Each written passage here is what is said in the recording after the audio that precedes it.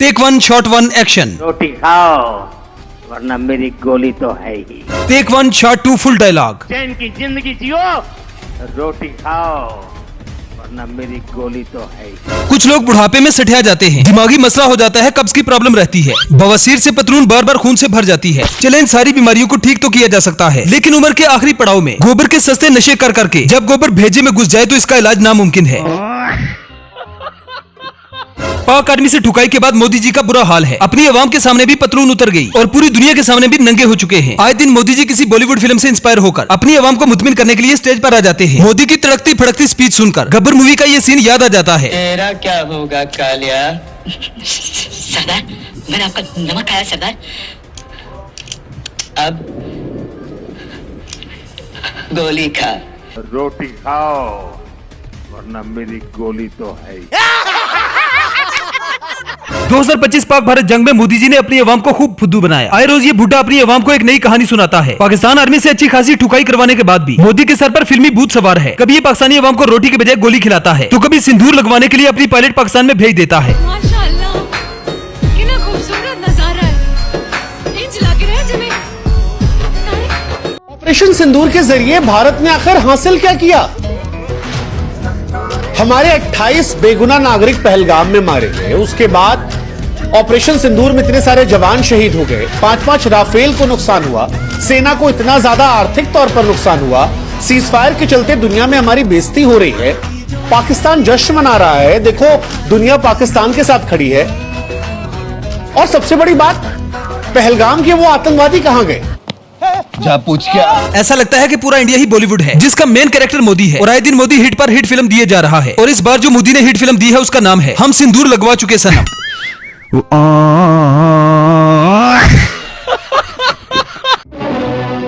मंगलसूत्र, काला धन, लाल आंखें, नोटबंदी, किसान कानून, मेरे 15 लाख आएंगे, 2 गुनी आए, हवाई चप्पल, मगरमच्छिनमय तालाब, रेनबो में रडार, गर्म चाय फ्रॉम नाला, डंकापति, गंगा माँ ने बुलाया है और सीज फायर जैसी सुपर हिट फिल्मों की अपार सफलता के बाद मोदी प्रोडक्शंस लेकर आ रहे हैं भाजपाई सितारों से सजी फिल्म मेरी गोली तो है ही है।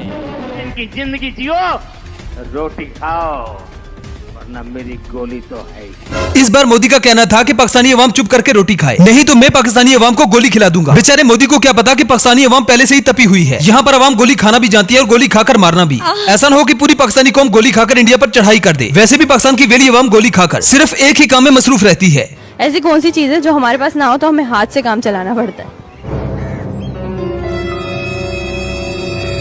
साबुन वाला, सेफ गार्ड, लाइफ बॉय, ये सारे बेकार साबुन है। लक्स, बस जरा सा लक्स।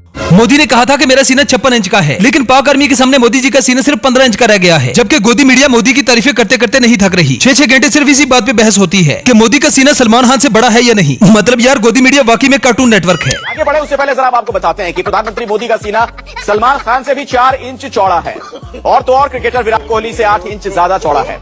ये देखिए जरा आपके सामने ये जो तुलना है उस पर गौर कीजिए। विराट के सीने की चौड़ाई 42 इंच है तो सलमान खान के सीने की चौड़ाई 46 इंच है, जबकि मोदी का सीना 56 इंच है। अगर खली की बात करें तो खली का सीना भी करीब 63 इंच चौड़ा है। ये देखिए आपके सामने जो अलग अलग तस्वीरें हैं, विराट कोहली से लेकर सलमान खान और प्रधानमंत्री मोदी, और खली के सीने की चौड़ाई की बात की जाए वो 63 इंच का सीना उसका। पाक भारत 2025 की जंग के बाद मोदी को इंडियन अवाम ने इतना धो दिया है कि अब हमें सोशल मीडिया पर मोदी की ठुकाई करने की कोई जरूरत नहीं। ऑपरेशन सिंदूर करके मोदी ने अपनी ही मांग में सिंदूर भरवा लिया। से वो कभी प्रेम चोपड़ा की तरह, कभी परेश रावल की तरह डायलॉग्स दे रहे हैं साहब, जा जाकर ये सिंदूर है, इसमें रगों में मांग क्या है, खून है, गर्म है, ठंडा है, और गोली खाओ रोटी खाओ। ये प्रधानमंत्री है, ये प्रधानमंत्री है देश। बैगन। दोस्तों, मोदी का कहना है कि 2025 की जंग वो जीते हैं, लेकिन मोदी अपनी आवाम को कन्विंस नहीं कर पा रहा। पाक आर्मी हो, एयरफोर्स हो या फिर नेवी, सबने अच्छी तरह से तेल लगाकर इंडिया को ठोका है। ठुकाई इतनी घातक तरीके से की गई है कि पूरी दुनिया पाकिस्तानी फोर्सेस को मानने लगी है। पाकिस्तानी फोर्सेस के साथ साथ हमारे हैकर्स ने भी इंडिया के सारे सिस्टम को जैम कर दिया था। पाकिस्तान ने कौन से टैक्टिक्स इस्तेमाल करके इस जंग को जीता, इस सिख सरदार की जुबान से सुनते हैं। ਜਹਾਜ਼ਾਂ ਦੀ ਲੜਾਈ ਦੇ ਵਿੱਚ ਪਾਕਿਸਤਾਨ ਇਨਫੀਰੀਅਰ ਜਿਹੜੇ ਜਹਾਜ਼ ਹੋਣ ਦੇ ਬਾਵਜੂਦ ਵੀ ਉਹਦਾ ਅਪਰ ਹੈਂਡ ਰਿਹਾ। ਕਹਿ ਰਹੇ ਨੇ ਮੈਚ ਡਰਾਈ ਵਿੱਚ ਜਿੱਤ ਹਾਰ ਨਹੀਂ ਹੋਈ, ਪਰ ਤੁਹਾਨੂੰ ਪਲੜਾ ਪਾਕਿਸਤਾਨ ਦਾ ਕਿਉਂ ਭਾਰੀ ਲੱਗਦਾ? ਵੀ ਪਾਕਿਸਤਾਨ ਇੰਡੀਆ ਦੇ ਜਿਹੜੇ ਸਭ ਤੋਂ ਚੰਗੇ ਫਾਈਟਰ ਜੈਟ ਸਿੱਟਣ 'ਚ ਕਾਮਯਾਬ ਹੈ।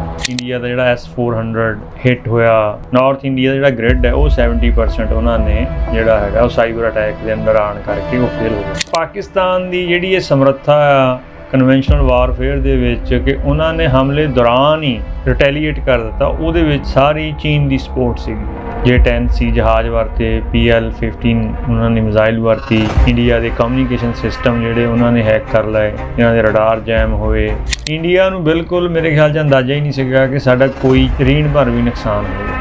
ਦੂਸਰੇ ਦਿਨ ਤੋਂ ਹੀ ਇੰਡੀਆ ਦੇ ਜਿਹੜੇ ਅਫੀਸ਼ੀਅਲ ਸੀਗੇ ਉਹਨਾਂ ਦੀ ਜਿਹੜੀ ਬਾਡੀ ਲੈਂਗੁਏਜ ਸੀਗੀ ਉਹ ਢਹਿੰਦੀ ਕਲਾ ਵਾਲੀ ਦਿਸਣ ਲੱਗ ਗਈ। ਪਾਕਿਸਤਾਨ ਦੀ ਮਿਲਟਰੀ ਬਰੀਫਿੰਗ ਤੇ ਇੰਡੀਆ ਦੀ ਮਿਲਟਰੀ ਬਰੀਫਿੰਗ ਦੇਖੋ, ਉਹਨਾਂ ਦੀ ਪੋਲੀਟੀਕਲ ਕਲਾਸ ਤੇ ਇਹਨਾਂ ਦੀ ਪੋਲੀਟੀਕਲ ਕਲਾਸ, ਉਹਨਾਂ ਦਾ ਮੀਡੀਆ ਇਹਨਾਂ ਦਾ ਮੀਡੀਆ, ਜਾਂ ਉਹਨਾਂ ਦੇ ਜਾਂ ਇਹਨਾਂ ਦੇ ਐਨਾਲਿਸਟਾਂ ਦੇ ਲੇਖ ਦੇਖੋ, ਤਾਂ ਉਹਦੇ ਵਿੱਚ ਮਤਲਬ ਜਿੱਤ ਪ੍ਰਾਪਤ ਕਰਨ ਦੀ ਜਿਹੜੀ ਇੱਕ ਚਿੰਨ੍ਹਾਤਮਕ ਪੇਸ਼ਕਾਰੀ ਆ ਉਹ ਪਾਕਿस्तान वाले पासे ही देखा आपने लापरवाही का नतीजा है। आज का सबसे बड़ा कमिंग अप, पाकिस्तान की न्यूक्लियर धमकी। बड़ा डर लग रहा है ये, बट नेवरदलेस 1999 का कारगिल वॉर और 1965 का इंडिया पाकिस्तान वॉर में पाकिस्तान की जीत हुई है। मुंह पीने वाले ये कारगिल की मार भूल गए हैं। इंडिया को सारा लपेट करके ना वहाँ पे पाकिस्तान का झंडा लगेगा, क्योंकि 2 दफा हमने इनको बख्श दिया था। 1947 की जंग हुई, पाकिस्तान जीता, क्यों?